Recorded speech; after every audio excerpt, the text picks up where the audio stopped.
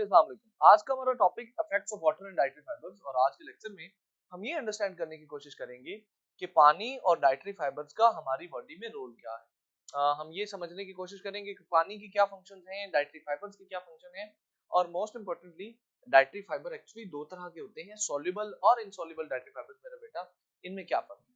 देखिए, ये दोनों चीजें भी, वाटर भी और डाइटरी फाइबर भी असल में हमारी डाइट का ही हिस्सा हैं। जो खाना हम खाते हैं उसमें डाइटरी फाइबर भी मौजूद होते हैं और उसमें वाटर भी मौजूद होता है। हमने फूड के जो पहले कंपोनेंट्स पढ़े हैं, कार्बोहाइड्रेट्स, प्रोटीन्स, लिपिड्स, मिनरल्स और विटामिन्स, उन सारे कंपोनेंट्स का मेरा बेटा कोई ना कोई डायरेक्ट रोल था हमारी बॉडी की ग्रोथ के अंदर। अब ये जो दोनों चीजें जो आज हमने पढ़नी है, याद रखिएगा इनका डायरेक्ट रोल कोई नहीं है हमारी बॉडी में, फिर भी ये दोनों चीजें बॉडी के लिए बहुत इंपॉर्टेंट है और बहुत सारे फंक्शन परफॉर्म करती हैं। So initially we are gonna talk about the water. देखिए जी, सबसे पहले तो आपको वाटर की परसेंटेज का पता होना चाहिए कि बॉडी के अंदर तकरीबन 60% जो है वो वाटर होता है। बॉडी वेट का अराउंड 60% किसी भी लिविंग ऑर्गेनिज्म में पानी होता है।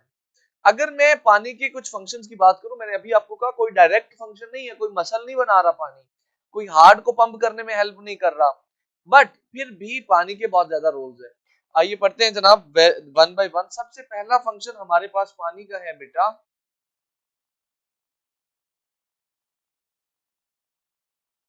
कि पानी जो है ये एक्वस मीडियम प्रोवाइड करता है। ये सबसे पहला और सबसे अहम फंक्शन है बेटा पानी का, कि it provides aqueous medium to the body. देखिए, बहुत सारे रिएक्शंस बॉडी में ऐसे हैं जो पानी की प्रेजेंस में होते हैं। अगर पानी मौजूद ना हो तो वो रिएक्शंस नहीं हो सकते। फॉर एग्जांपल, साइटोप्लाज्म के अंदर जितने भी रिएक्शंस होते हैं, ग्लाइकोलिसिस है उनमें, या जो ऑर्गेनेलिस के अंदर रिएक्शंस होते हैं जैसे माइटोकॉन्ड्रिया और क्लोरोप्लास्ट के अंदर रिएक्शंस होते हैं, ये सारे के सारे रिएक्शंस जो हैं they require water for their occurrence. अगर पानी होगा तो ये रिएक्शन होंगे, majority of the reactions of the body. अगर पानी नहीं होगा तो ये रिएक्शन तो नहीं होंगे।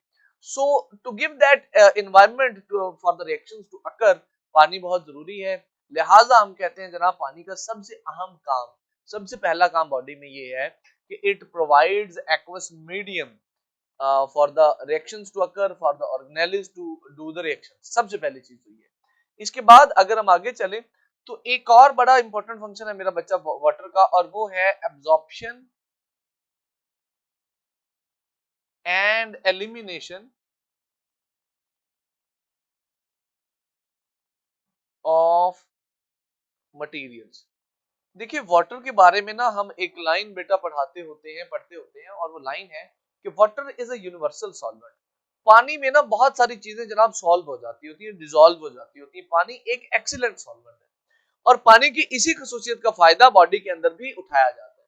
बहुत सारे मटेरियल्स जब उनको एब्जॉर्ब करना होता है तो पानी का सहारा लिया जाता है, लिहाजा हम कहते हैं कि पानी मटेरियल्स की एब्जॉर्प्शन के लिए यूज होता है। सिमिलरली बहुत सारे मटेरियल्स जिनको एलिमिनेट करना होता है उनके लिए भी पानी यूज किया जाता है, and one of their example is urea. देखिए, यूरिया हमारी बॉडी का एक वेस्ट प्रोडक्ट है और उसको बॉडी से रिलीज करना बहुत जरूरी होता है।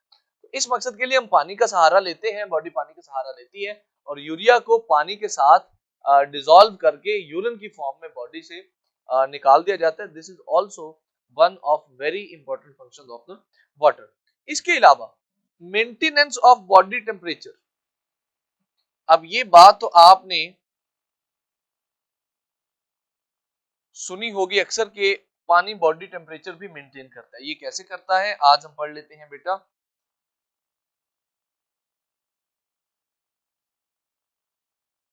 देखिए, ये काम जो है ना वाटर करता है through the process of sweating. I hope you people understand कि जब गर्मी होती है तो हमें पसीना आता है। वो पसीना जो आता है वो पानी की शक्ल में होता है और उस पसीने आने का मकसद एक्चुअली हमारी बॉडी के टेम्परेचर को मेंटेन करना होता है। एक प्रोसेस होता है बेटा वेपोरेटिव कूलिंग का। पानी एक्चुअली ना वेपोरेटिव कूलिंग करता है। हमारी बॉडी में मौजूद जो हाई एनर्जी मॉलिक्यूल्स होते हैं पानी के, वो वेपोरेटिव कूलिंग के थ्रू रिलीज हो जाते हैं पसीने की फॉर्म में, और हमारी बॉडी जो है उसका टेम्परेचर नीचे आ जाता है और बॉडी उस टेम्परेचर को मेंटेन कर लेती है। ये भी इसका बहुत ही इंपॉर्टेंट रोल है। इसके बाद अगर हम थोड़ा सा आगे चले तो हमारे पास एक और फंक्शन है जी वाटर का, और वो है कि it prevents cardiovascular diseases. Cardiovascular, अब ये दो लफ्ज हैं, अगले चैप्टर में इनके बारे में मजीद डिटेल हम बात करेंगे इंशाल्लाह। देखिए, ऐसी बीमारियां जिनका ताल्लुक दिल से और ब्लड से हो, ब्लड की पंपिंग से हो, उनको कार्डियोवास्कुलर डिजीजेस कहते हैं। तो पानी जो है कार्डियोवास्कुलर डिजीजेस से भी बचाता है। अब आप हैरान हो रहे होंगे कि पानी कैसे बचाता है। देखिए बेटा, पानी की जो मौजूदगी है, जिसको डिहाइड्रेशन कहते हैं, कहा जाता है जी कि अगर डिहाइड्रेशन हो तो उसकी वजह से कार्डियोवास्कुलर डिजीजेस हो सकती है। अगर पानी मौजूद होगा तो डिहाइड्रेशन नहीं होगी। डिहाइड्रेशन शॉर्टेज ऑफ वाटर को कहते हैं ना। अगर पानी मौजूद होगा तो डिहाइड्रेशन नहीं होगी, और जब डिहाइड्रेशन नहीं होगी तो फिर कार्डियोवास्कुलर डिजीजेस भी नहीं होगी। Finally if you talk about the sources बेटा, कि कौन कौन सी ऐसी चीजें हैं जिनसे हमें जो है पानी मिल सकता है, तो भाई पानी का एक सोर्स तो पानी ही है ना। सबसे पहली बात तो ये है कि the very first source of water is pure water. इसके अलावा वेजिटेबल्स, बहुत सारी सब्जियां और फ्रूट्स,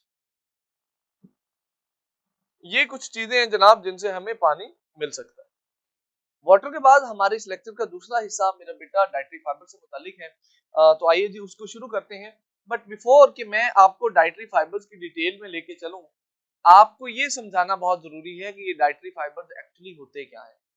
यहाँ पर जो आपको इमेज नजर आ रहा है, ये एक्चुअली गंदम के दानों के छिलके हैं। आई होप कि आप में से बहुत सारे लोगों ने गंदम के ग्रेन्स, गंदम के दाने देखे होंगे। वो कुछ इस किस्म के होते हैं, गंदमी कलर के होते हैं। बट जब जरा आप याद कीजिए कि हम गंदम को पिसवा के लाते हैं तो व्हाइट कलर के आटे में कन्वर्ट हुई होती है। एक्चुअली गंदम का जो छिलका है वो कुछ इस कलर का होता है, और गंदम के दाने के अंदर वाला जो मटेरियल है वो व्हाइट कलर का होता है। तो जब हम आटा पिसवा लेते हैं तो वो व्हाइट कलर का हो जाता है, और ये जो छिलका है ये उस आटे के अंदर मिक्स हो जाता है। क्योंकि इसकी क्वांटिटी कम होती है, लिहाजा ओवरऑल जो हमें कलर नजर आता है आटे का वो व्हाइट होता है। बट जब हम आटे को छानते हैं छाननी के साथ, तो इस आटे के ऊपर छान रह जाता है और आटा नीचे मेरा बेटा छन जाता है। वो जो छान होता है वो एक्चुअली डाइटरी फाइबर है, जो कि इस किस्म का होता है।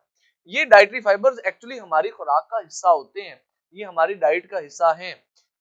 जब आप छानते हैं तो उसमें से कुछ डाइटरी फाइबर तो कुछ छान तो अलग हो जाता है, बट जो छोटे पार्टिकल होते हैं ना वो फिर भी उसके अंदर ही रह जाते हैं, और वो in the form of our diet हमारी बॉडी में चले जाते हैं।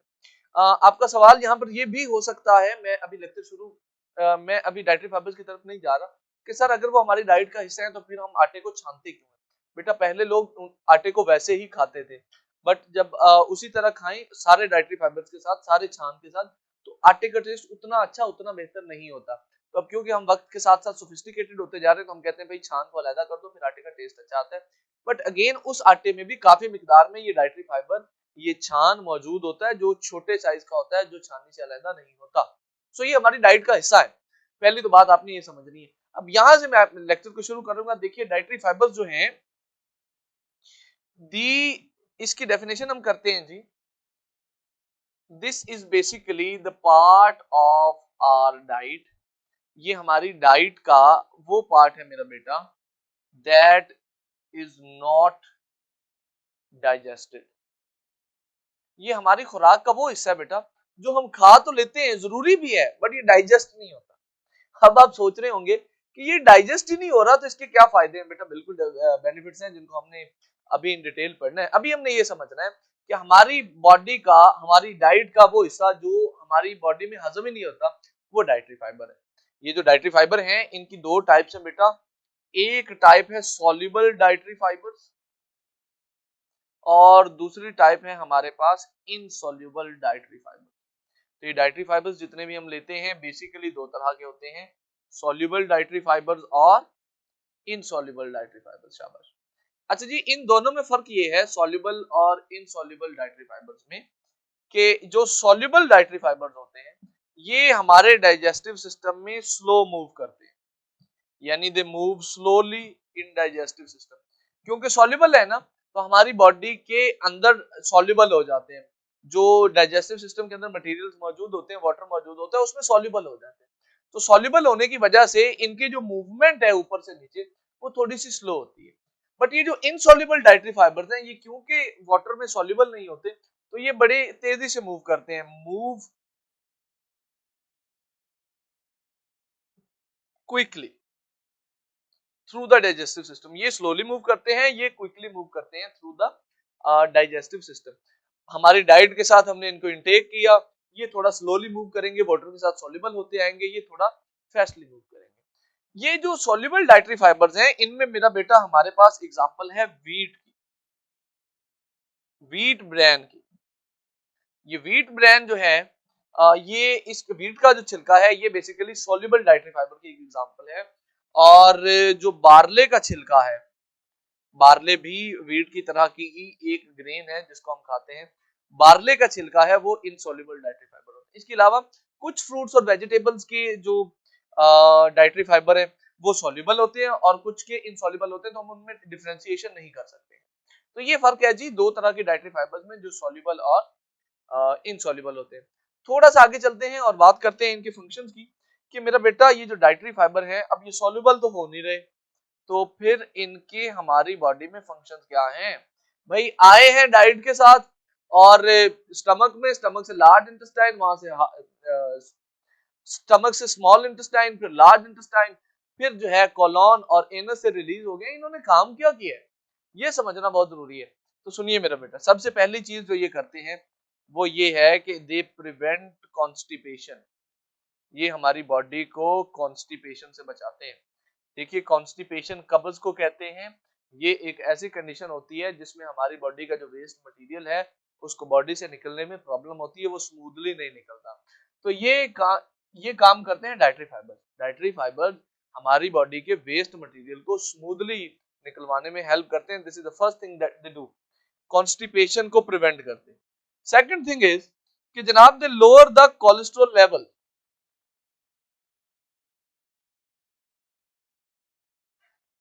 ये हमारी बॉडी में जो डाइटरी फाइबर्स होते हैं बेटा, ये कोलेस्ट्रॉल लेवल कम करते हैं। अब कोलेस्ट्रॉल क्या है? देखिए, कोलेस्ट्रॉल एक तरह के लिपिड्स हैं जो हमारे ब्लड में मौजूद होते हैं और ये हमारी डाइट की वजह से इनकी मिकदार ऊपर नीचे होती रहती है। अगर कोलेस्ट्रॉल की मिकदार हमारी बॉडी में ज्यादा हो तो उसकी वजह से आपको बहुत सारी हार्ट डिजीजेज का सामना करना पड़ सकता है। सो हमेशा एक हेल्दी स्टेट ये होती है कि आपका कोलेस्ट्रॉल लेवल कंट्रोल में रहे, और ये काम करते हैं डाइटरी फाइबर्स, ये आपके कोलेस्ट्रॉल लेवल को कम करते हैं। इसके अलावा ये एक और बड़ा इंटरेस्टिंग काम करते हैं और वो है जी मूवमेंट ऑफ कार्सिनोजेंस। कार्सिनोजेंस बेटा ऐसे केमिकल्स, ऐसे मटेरियल्स होते हैं जो हमारी बॉडी में कैंसर कॉज कर सकते हैं। अब ये जो डाइटरी फाइबर होते हैं, इनसॉल्युबल डाइटरी फाइबर, ये बड़ा इंटरेस्टिंग काम करते हैं। ये क्योंकि खुद भी मूव कर रहे होते हैं, तेज ही फास्टली मूव कर रहे होते हैं, तो अगर कोई कार्सिनोजन बॉडी में आ जाता है गलती से, तो ये उसको भी अपने साथ बहुत तेजी से मूव करवा के बॉडी से बाहर निकाल देते हैं। यानी what they actually do is that they decrease the exposure time of carcinogen। ये कार्सिनोजेंस का एक्सपोजर टाइम कम कर देते हैं, यानी वो अरसा जिसके दौरान कार्सिनोजेंस बॉडी के साथ कांटेक्ट में रहे थे, ये उसको बहुत कम कर देते हैं। इससे होता ये है कि बॉडी कार्सिनोजेंस के इंपैक्ट से बच जाती है। इसके अलावा they lower the blood sugar level.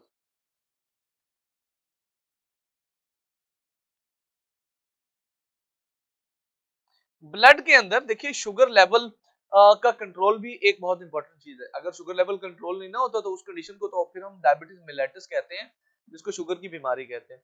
तो डाइटरी फाइबर्स का इस एस्पेक्ट में भी बहुत रोल है कि ये हमारे ब्लड के अंदर जो शुगर लेवल है उसको कंट्रोल करने में हेल्प करते हैं, उसको कम रखते हैं। इसकी वजह से डायबिटीज का खतरा भी नहीं होता। फाइनली आज के लेक्चर की आखिरी बात जी, कुछ डाइटरी फाइबर सप्लीमेंट्स भी आपको बाजार में मिलते हैं, जैसे कि आपको हाशमी का इस्तेमाल छिलका मिलता होगा, तो दैट इज बेसिकली सप्लीमेंट। ये जो इस तरह के सप्लीमेंट होते हैं ये बड़े बेनिफिशियल होते हैं। अगर आपको कोई कॉन्स्टिपेशन या कोई भी डाइजेस्टिव प्रॉब्लम हो रही है तो आप इनको यूज कर सकते हैं डॉक्टर की हिदायत के मुताबिक। आज के लेक्चर के लिए इतना ही। See you in the next class. अल्लाह हाफ़िज़।